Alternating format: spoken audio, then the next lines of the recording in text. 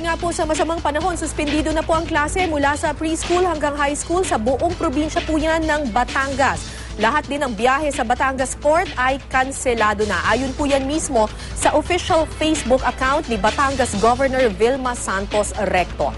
Paalala lang din po mga kapuso, batay sa DepEd Order number 43, otomatikong suspendido ang klase sa preschool sa mga pampubliko at pribadong paaralan kapag nakataas ang storm signal number 1. Otomatiko rin pong nasuspendido ang klase sa preschool, elementary at high school sa mga pampubliko at pribadong paaralan kapag nakataas ang storm signal number 2. At kapag nakataas na ang storm signal number 3, kanselado na rin mula preschool hanggang high school, maging ang trabaho po sa mga opisina ng DepEd sa apektadong lugar. At para naman sa mga lugar na walang storm signal, nasa inyong mga lokal na pamahalaan at school administrator ang desisyon kung magkakansela ng klase.